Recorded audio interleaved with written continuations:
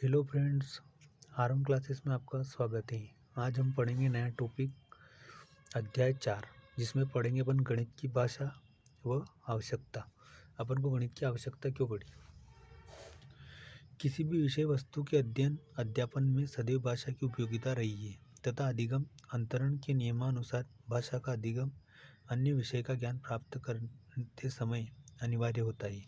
इसलिए एक बालक जब सबसे पहले विद्यालय में प्रवेश लेता है तो उसे भाषा का ज्ञान दिया जाता है तथा वह बालक उसी भाषा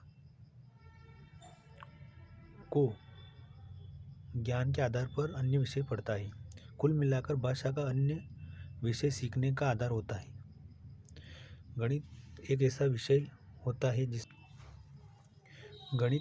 विषय है जिसमें गणनाएं, संक्रियाएं एवं सूचनाएं पाई जाती है, जो किसी न किसी प्रकार से स्वतंत्र व्यवहार दर्शाती तथा वैश्विक स्तर पर गणित की भाषा सार्वभौमिक प्रकार की है।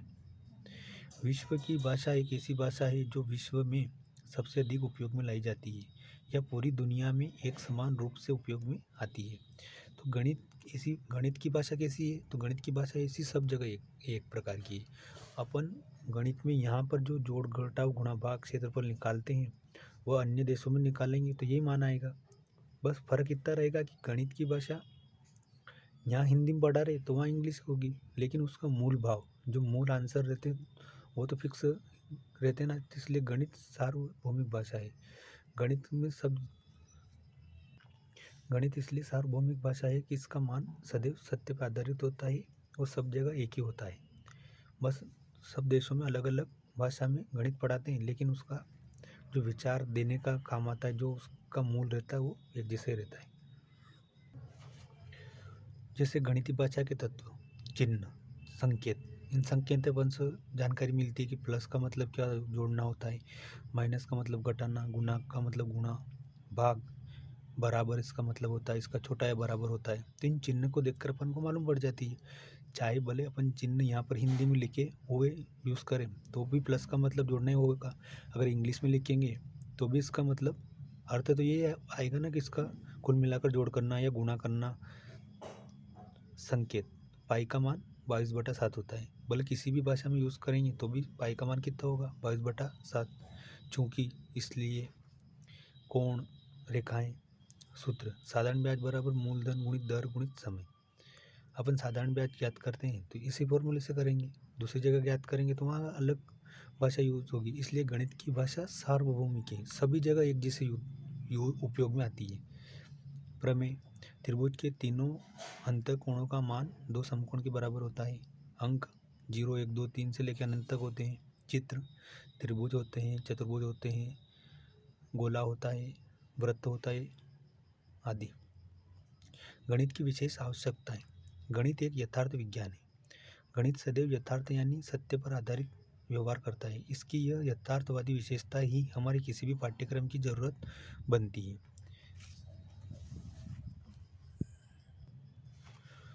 गणित तार्किक दृष्टिकोण पैदा करता है। गणित की विषय वस्तु से ही यह शक्ति पाई जाती है कि वह एक बालक में तर्क शक्ति का विकास करता है एवं उसकी तार्किक तर्कना का उच्च स्तर प्रदान करता है। इसलिए हमें गणित की जरूरत पड़ती है, क्योंकि इससे बच्चे का मानसिक विकास होता है, बच्चा सोचता है, तर्क करता है। बच्चा बार बार अभ्यास करता है तो उसका माइंड तार्किक विकास हो जाता है, उसे उच्च बुद्धि की ओर बढ़ता है। इसलिए गणित की जरूरत है हमें। गणित तार्किक दृष्टिकोण पैदा होता है, विशिष्ट सोचने की शक्ति देता है। गणित की विषय वस्तु बालक को विशिष्ट प्रकार से सोचने या क्रमबद्ध सोचने के लिए प्रेरित करती है। यही कारण है कि गणित को विशेष उपयोगी माना गया है। अपन कोई भी काम करते तो एक क्रम से करते हैं, तो क्रम कहाँ से पैदा होता है? तो गणित के द्वारा। इसलिए गणित विषय की जरूरत है। जीवन से घनिष्ठ संबंध। जीवन से घनिष्ठ संबंध। हमारे जीवन के प्रत्येक पहलू में किसी न किसी प्रकार से गणित का योगदान है। दैनिक कार्यों से लेकर हमारे व्यवसाय एवं शिक्षा के क्षेत्र में भी जरूरी है। अपने दैनिक जीवन में अपन कोई सा भी कार्य करें तो वहाँ गणित की जरूरत पड़ती है। जैसे अपन बस में जाते हैं तो वहाँ किराया देना पड़ता है, तो कितना किराया देना है। अपन बाहर जाते कहीं पर घूमने, होटल में खाना खाते हैं तो वहाँ भी पैसे देने पड़ते, तो कितने पैसे देने पड़ते। तो अपन कॉलेज जाते हैं, ऑफिस जाते हैं, कहीं घूमने जाते हैं तो वहाँ पर टिकट खरीदना पड़ती है, तो वहाँ पैसे देने पड़ते हैं। तो जीवन के प्रत्येक पहलू में गणित का उपयोग आता है। इसलिए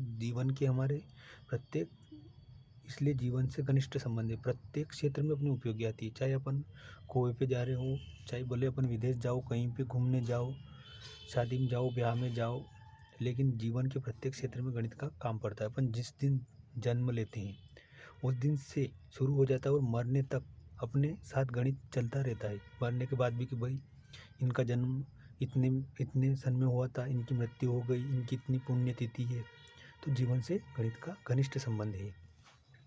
वैज्ञानिक विषय की आधारशिला है। गणित समस्त विज्ञानों का प्रवेश द्वार माना जाता है। इस आधार पर निष्कर्ष निकाल सकते हैं कि गणित सभी की आधारशिला है।